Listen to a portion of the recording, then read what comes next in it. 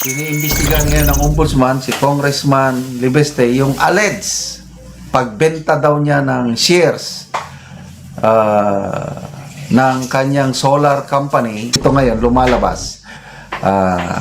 Meralco na ang nagsalita na walang naibenta. Wala ho tayong mahabang pag-usapan dito mga reaction update page. Nagsalita na ho si Juan Bol University kung saan ngayong January 19, next week mga kadita, lunes po ata yan, lunes, o pakidouble check na lang ho kung nagkamali ho tayo sa ating kalendaryo.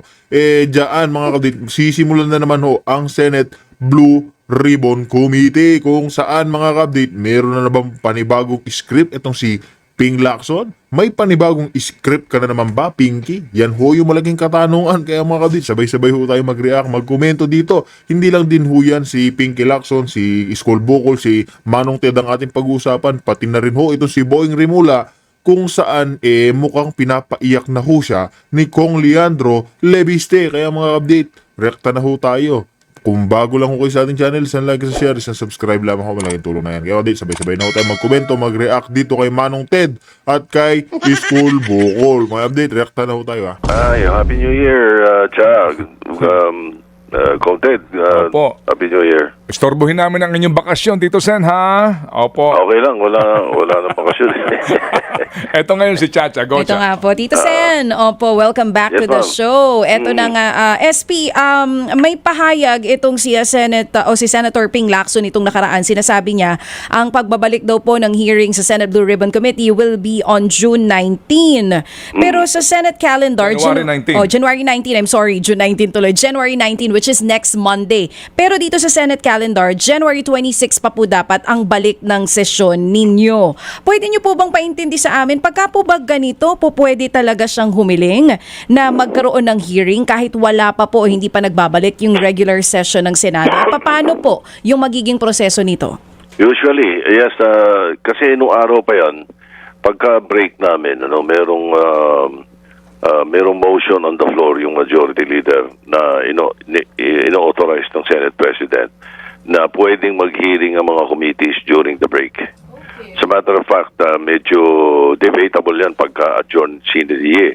Pero meron kaming resolution to that effect. So itong Christmas break, pwede talaga yan. Ngayon, ang Blue Ribbon Committee, siya lang ang motu proprio yung pwedeng tumawag ng hearing na hindi kailangan ng resolution, hindi kailangan ng privilege speech, hindi kailangan ng bill. So, pwede talagang tawagin ni Senator Lacson yan. Ngayon, nag-text lang siya sa akin, tumawag lang siya afterwards upang i-clear sa akin na pwede ko siyang bigyan ng quorum dahil pag siya lang mag-isa tumawag, naka-break nga naman. Kaya parang nagpaalam siya sa akin. At sinabi ko naman pwede. Of course, pwede. Ngayon, nalaman din ng ibang mga kasama namin, so magsisi-attend din sila. Senator Tulfo, Senator Risa, Senator Francis, magano sila, magsisi-attend din sila nung malaman nila na meron on Monday. Oo, so mapapaaga po ang pasok nitong ating mga senador. Paano po ba pag ganyan? May written authority pa po galing sa inyo allowing, or sabi nyo nga kanina, yung hawak po na komite nitong si Senator Ping, yan lang ang natatanging komite na hindi na kailangan pa ng resolusyon. Correct. Pwede siyang tumawag. So, if I'm not mistaken, as early as baka today, if not Friday, today, maglalabas siya ng invitation sa mga dapat imbitahan. At ginarantiya ko naman sa kanya na ako'y makaka-attend. At as far as the Senate President is concerned, okay yan. Okay. Walang problema. Opo, that's very good to hear. Ano po, kasi Tito Sen, kumbaga marami po ang bulag sa mga nangyayari ngayon. Napakainan po nito na magbalik po ng investigasyon ang Blue Ribbon. Yung pong imbitasyon na iyan, sole din po yan na authority nung chairman at wala na po kayong mga note pa doon. Oo, authority ng chairman yan, natawagin yun. Okay. Itawag yun. Opo, Walang opo. problema yun. Kasi nga, nag-aalala din kami nag-aalala siguro si Senator Lacson doon sa mga nababalitaan niya. Both sa mainstream media at sa social media na ito raw mga naka-contempt sa amin or nakakulong sa Senado ay nagbabaliktaran. Siguro, hindi mga abogado nila, hindi masyadong magandang mga advice na binibigay sapagkat usually naman yung retraction mahina lagi . Di ba? Ganun ang ano yun. So it doesn't mean na ligtas sila dito sa mga hearing namin dahil sila'y bumabaliktad. Hindi ko pwede yun. Opo. Tito Sen, sino pa ho ba ang naka-detain ngayon in the Senate na mga testigo or resource person sa issue po ng flood control scandal? Si Carly Discaya, si Alcantara, si Hernandez at saka si Hernandez at si Mendoza. Silang apat ang naka-confine pa rin doon sa Senate. As a matter of fact, nung Christmas, nung humihingi sila ng paalam na kung pwede raw sila makauwi ng Noche Buena at babalik daw sila, di ganun kadali yun eh. No? So, pinayagan ko na lang makipag-misa sa loob ng Senado yung kanilang mga pamilya. Magkaroon ng misa. Opo. Yan ho Ano bang... pa sila? Meron kaming may pinalabas na si Senator Francis Pangilinan na mga nakakontempt ng DA. Pero pinalabas na yun before Christmas eh. Opo. Yung doon sa kanya namang komite sa agriculture, ano po? sa agriculture, Opo. Dito po kila Alcantara, sir, hindi ano ang bawal sa kanila? Sino lang ho ang pwedeng dumalaw sa kanila while in detention? Mga abogado lang at saka yung close family, asawa, anak. Wala na pong ibang papayagan, no? Walang papayagan. As a matter of fact, mahigpit ang bili namin doon sa USAA. Kasi baka pagbintangan dahil lang doon sa Senate. Di ba nung araw parang umiilag sila sa Senado. Di ba? Huwag daw doon. Pagkaraan kasi daw, baka daw, ewan ko kasi ang sanggaling yung bintang na yun, baka raw kausapin ng mga senador. Hindi ko naman papayagan yun. Opo. So dito po kila Alcantara, walang senador na pwede o staff ng senador na maaring dumiretso sa kanila. Wala, bawal yun. At saka kung magsusumbong sa akin yung sigurado yung Sergeant at Arms o yung mga tao nila doon. At may CCTV. May CCTV lahat yung area na yun. Opo. Kaya madaling patunayan kung may nagpuntang senador doon or staff nila. Okay. Ngayon, sir, dito nga kaninyo, no, inyo ho bang nakita, nabasa, o napanood yung sinasabi na recantation na affidavit nitong si Alcantara submitted umano noong Enero 5 sa DOJ na binabawi ang lahat ng kanyang mga sinabi? Paano yung 100 plus million na binigay niya, babawiin din niya? Hindi ganun kadali yun eh. Hindi madaling, ewan ko, hindi ko pa nababasa actually, na hindi ko pa nakikita yung sinasabing recantation na papunta ako sa opisina ngayon tanghali. Titignan ko kung merong kopyang binigay sa amin. Ayan nga mga update, ang BGC Boys kasi, matapos nga diba, nagbalik ho sila ng milyon-milyon. Ang dami ho, mga 100 million, sila Alcantara.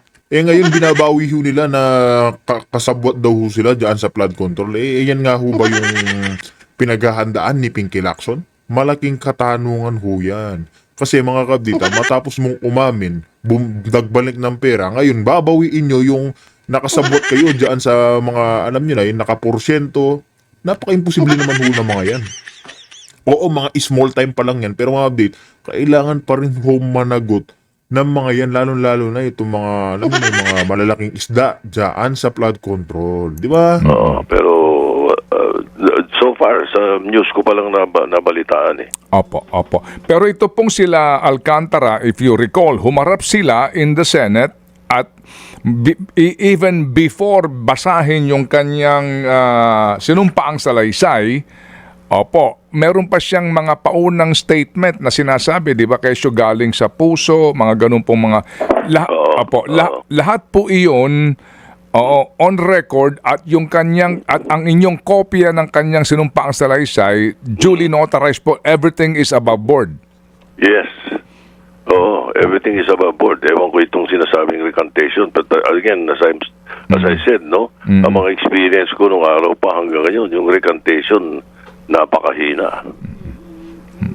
Kahit sa husgado, laging matibay yung unang statement eh. Opo. Sige po. Sige. So, Tito Sen, ito pong hearing na ito, more or less po, may quorum na po tayo. Nakakagarantiya po tayo doon for Monday next week. Oo, kasi ang Well, guaranteed na attend ako So may quorum na kagad si Senator Lacson kasi di ba ang ginawa nating rule nung araw pa is basta't may kasama yung chairman. May quorum. Opo. Unless may question, no? Wait, doon dalawa lang kami. Sino kay question? Pero attend sila Attend sila. So, automatic yun. Meron kami. Kahit questionin nila based on the rules. Meron rules ng Senado na gano'n yun. May quorum yun. Okay, sige po. Ito, magpahabol lang ako, Tito Sen, ha? Opo, kasi mukhang may tampo si former Senator De Lima na wag daw siyang ikumpara kila Senator Bato at saka kay Ginoong Trillanes kasi yung daw involuntary ho naman daw kasi yung sa kanya ang sinasabi niya.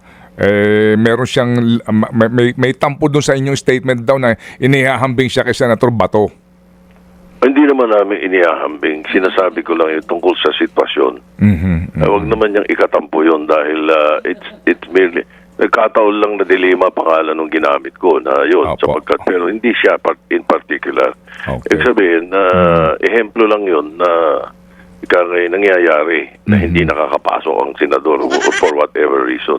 Si Senator Lacson din Si Senator Lacson ilang buwan yun na hindi pumasok ng araw Wala naman ako narinig kay Senator Lacson na sabihin gano'n. Wala naman siya dapat ikatampo. Napakaliit na bagay nun. Opo. Kaya kumpare, yan lang yun. Kaya ehemplo lang yun. Okay. Pero sir, hanggang ngayon, wala pang paramdam si Senator Bato sa inyo mismo, ha? Wala pa Wala pa. Okay. Wala nung September ba yun, October.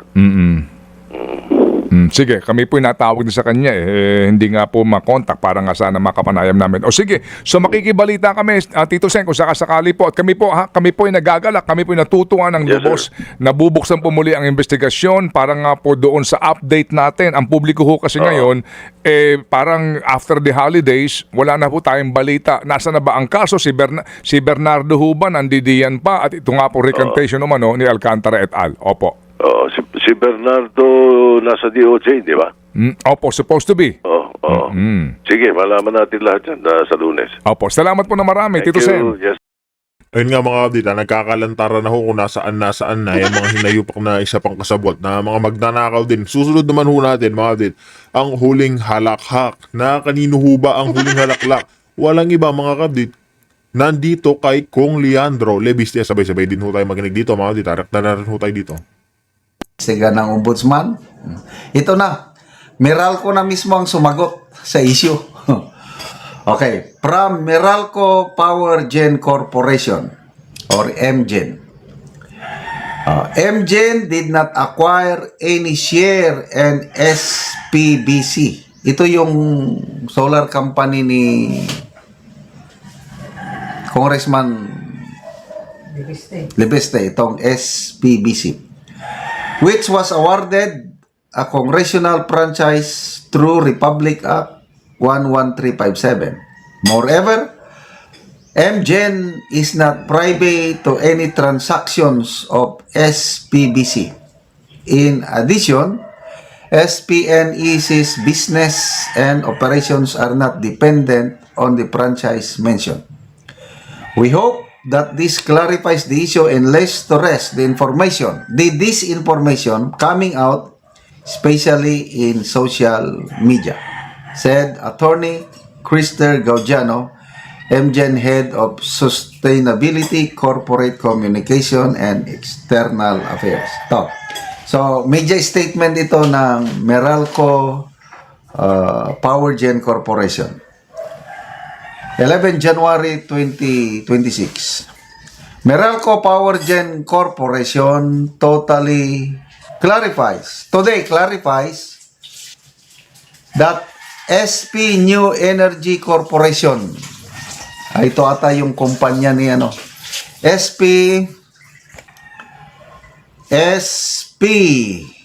New Energy Corporation is a separate and distinct corporate entity from Solar para sa Bayan Corporation. MGen did not acquire any share in Solar para sa Bayan Corporation or SPBC. which was awarded a congressional franchise through Republic Act 11357 to construct and install and operate microgrids in remote areas. Moreover, MGen is not privy to any transactions of SPBC nor to any circumstances that may relate to its compliance with its franchise. MGen's investment and in SPNEC did not violate any law or regulation. As publicly listed entity, the transactions of SPNEC, including the entry of MGen through its affiliates, have been scrutinized and approved by the Philippine Stock Exchange and the Securities and Exchange Commission. In addition, SPNEC's business and operations are not dependent on the franchise mentioned. We hope this clarifies the issue and lays to rest the disinformation coming out, especially in social media, said Attorney Crister Gadiano, MGen Head of Sustainability. So, yun. Kasi, sinasabi ng mga kritiko, kasama na si Ombudsman Boying Rimulya, na batang-bata pa lang daw itong si Congressman Libeste, nininegosyo niya na ang franchise. So, iniimbestigahan ngayon ng Ombudsman si Congressman Libeste yung alleged pagbenta daw niya ng shares ng kanyang solar company. Isipin niyo ho yan mga kabit, problema pa ba ni Ombudsman yan, yung solar ni Kong Lebiste? Problema niya pa ho ba yan? Ang tanong, ninakaw ba ni Kong Lebiste mga yan para pakialaman niya? Yan ho yung malaking katanungan, hindi kasi nagpo-focus sa totoong issue. Bumabanat lang ho sila kasi nga mga kabit, anti-corruption ho yang si Kong Leandro Lebiste, kaya ho siya yung binabalikan. Pero mga kabit, wala, deadma lang ho si Kong Lebiste, deadma lang ho, tinatawanan lang ho yung kaanimalan ng Ombudsman. Di ba? Na hindi nagpaalam sa Kongreso. Oh, so tingnan natin sino ang mapapahiya dito. So may magkakaibang kumpanya. Solar para sa bayan, ito yung may franchise. Ang naiintindihan ko dito, ang kay